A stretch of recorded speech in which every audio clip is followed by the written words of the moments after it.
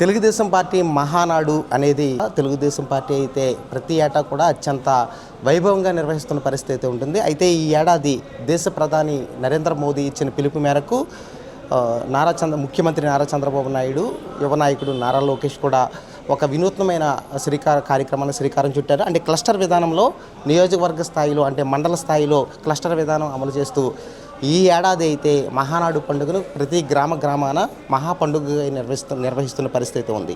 ఈ పరిస్థితుల్లో మేము మనతో మాట్లాడేందుకు తెలుగుదేశం పార్టీ రాష్ట్ర కార్యదర్శి, అమలాపురం నియోజకవర్గ అబ్జర్వర్ మనతో ఉన్నారు.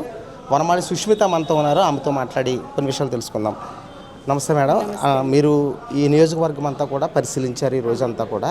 ఏంటంటే ఈ మహానాడు వినూత్నంగా ఈ విధంగా జరగడానికి ఎలా చూడొచ్చు? మొత్తం మన రాష్ట్రం మీదట 1875 క్లస్టర్స్లో మొత్తం ఈ వర్చువల్గా జరిగిందండి ఈ మహానాడు.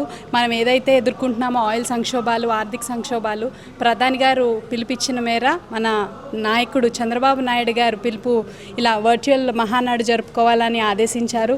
ఈ 1875 క్లస్టర్లో నిన్నైతే 7.5 లక్షల మంది పాల్గొన్నారు. ఇవాళ అయితే అది 10 లక్షలను మించిపోయింది.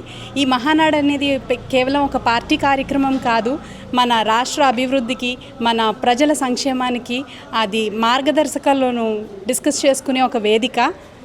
దీన్ని మన కార్యకర్తలు, మన క్యాడర్ అంతా కూడా చాలా ఉత్సాహంగా పాల్గొని దీన్ని హ్యూజ్ సక్సెస్ చేశారు. ఈ ఏడాది స్త్రీ శక్తి అనే కాన్సెప్ట్ని ఎంచుకున్నది మీ మహానాడు. మీరు ఒక మహిళగా ఏం చెప్తారు? స్త్రీ శక్తి నేను చెప్పేది ఒకటే అండి, విమెన్ రిజర్వేషన్ బిల్ సెంట్రల్లో పాస్ అవ్వలేదు. బిల్తో సంబంధం లేకుండా మన నారా లోకేష్ గారు నిన్న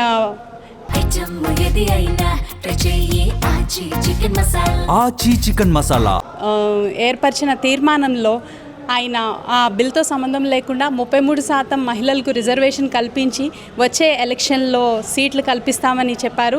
ఇది నిజంగా మా మహిళలందరికీ కూడా చాలా సంతోషం అండి, చాలా గర్వించదగ్గ విషయం. ఒక స్త్రీ అభివృద్ధి చెందితే ఒక సమాజం అభివృద్ధి చెందుతుంది అన్నది మా నాయకుల ఉద్దేశం. దీన్ని మేము చాలా ఆనందంగా స్వీకరిస్తున్నాం. ఇటీవల ప్రకటించిన తెలుగుదేశం పార్టీ పదవులకు సంబంధించి పార్టీకి సంబంధించిన పదవుల్లో కూడా మహిళలకు పెద్దపీట వేసింది తెలుగుదేశం పార్టీ. అందులో భాగంగా మీకు కూడా రాష్ట్ర కార్యదర్శి పదవి వరించింది.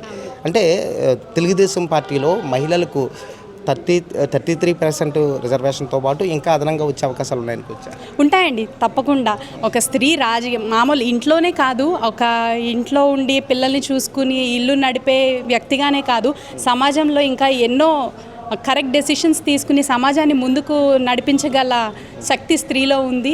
దాన్ని మా నాయకులు నమ్ముతారు. ఎక్కువగా చదువుకున్న యువత కానీ మహిళలకు కానీ అధిక ప్రాధాన్యత యువ నాయకుడు లోకేష్ గారు ఇస్తున్న పరిస్థితి అయితే ఉంది. అంటే పక్క రాష్ట్రంలో మనం చూసాం, తమిళనాడులో. ఇక్కడ కూడా అటువంటి పరిస్థితి చూడొచ్చు అనుకుంది రాబోయే రోజుల్లో. తప్పకుండా అండి, మన లోకేష్ గారి డైనమిక్ గవర్నెన్స్, ఆయన లీడర్షిప్ కూడా ఎప్పుడు యూత్ని ఎంకరేజ్ చేస్తారండి. యూత్ పాలిటిక్స్లో ఉంటే మనం ఎన్నో మార్పులు చూడొచ్చు. అభివృద్ధి కూడా చాలా ఫాస్ట్గా జరుగుతుంది. మన దేశం మొత్తానికే మన ఆంధ్రప్రదేశ్ని నంబర్ 1గా నిలబెట్టాలన్నదే వాళ్ళ లక్ష్యం. ఈ లక్ష్యంతో వాళ్ళు నారా లోకేష్ గారు, నారా చంద్రబాబు నాయుడు గారు కూడా ముందుకు సాగుతున్నారు. దీని అందరికీ కూడా మేము సపోర్ట్ చేస్తాము.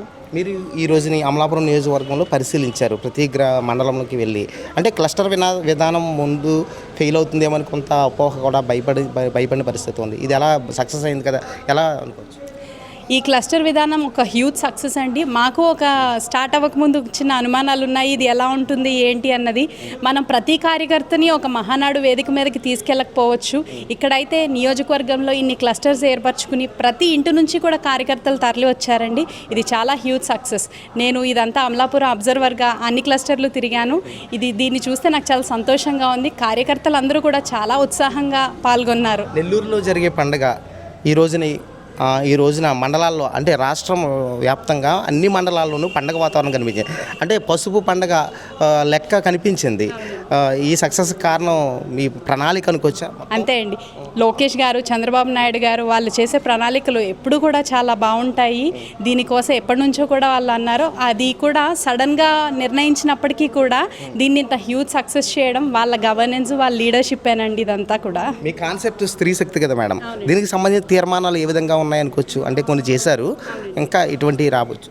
ఇంకా స్త్రీల్ని ఎంకరేజ్ చేయడమే వాళ్ళ మెయిన్ ఎయిమ్ అండి. ప్రతి రంగంలో కూడా స్త్రీలను, అది డ్వాక్రా సంఘాలు కావచ్చు, వాళ్ళని ఇంకా ఇండస్ట్రియలిస్ట్గా కానీ ఇంకా ఎడ్యుకేషనలిస్ట్గా కానీ ఏ రంగంలో అయినా సరే స్త్రీలను ఎంకరేజ్ చేసి వాళ్ళు పాల్గొనేలాగా వీళ్ళు చూస్తున్నారండి. ఫైనల్గా ఈ మహానాడు గురించి, సక్సెస్ గురించి, రాబోయే రోజుల్లో మీలాంటి యువత అంటే ముందుకు సాగే విషయం గురించి పార్టీ ఎటువంటి కీలకంగా ముందుకెళ్ళే అవకాశాలు ఉన్నాయి చెప్పండి.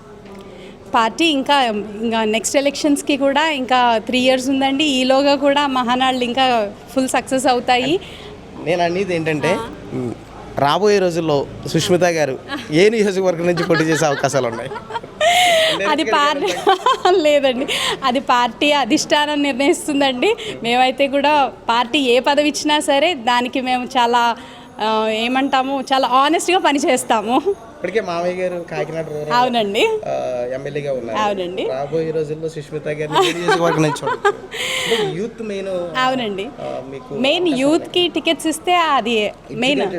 అవునండి, ఎడ్యుకేటెడ్ అయితే వాళ్ళైతే అన్ని తెలుసుకుంటారు. తర్వాత అభివృద్ధి కూడా చాలా బాగుంటుందండి. వాళ్ళు తీసుకునే స్కీమ్స్ కానీ లేదంటే వాళ్ళు ఈ గవర్నెన్స్ కానీ లీడర్షిప్ కానీ కూడా చాలా బాగుంటుంది. అది బలంగా నమ్ముతారు లోకేష్ గారు.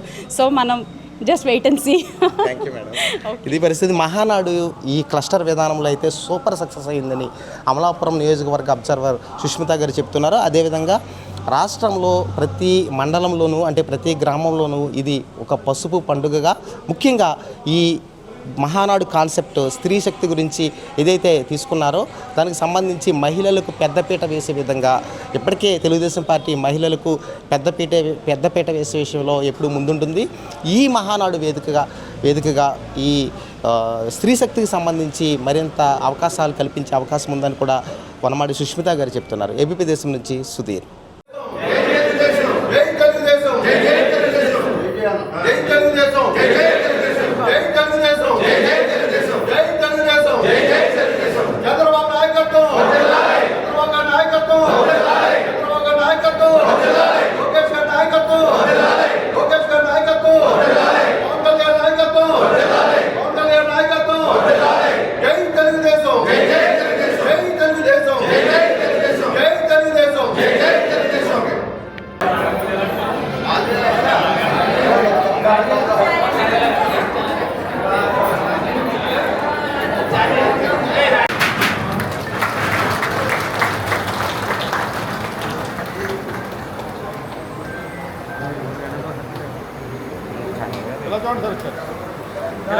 చూడండి.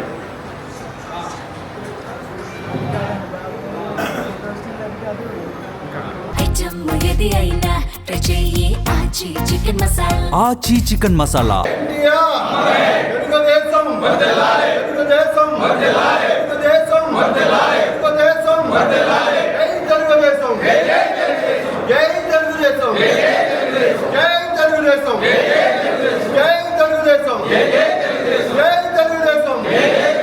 చంద్రబాబు నాయకత్వం.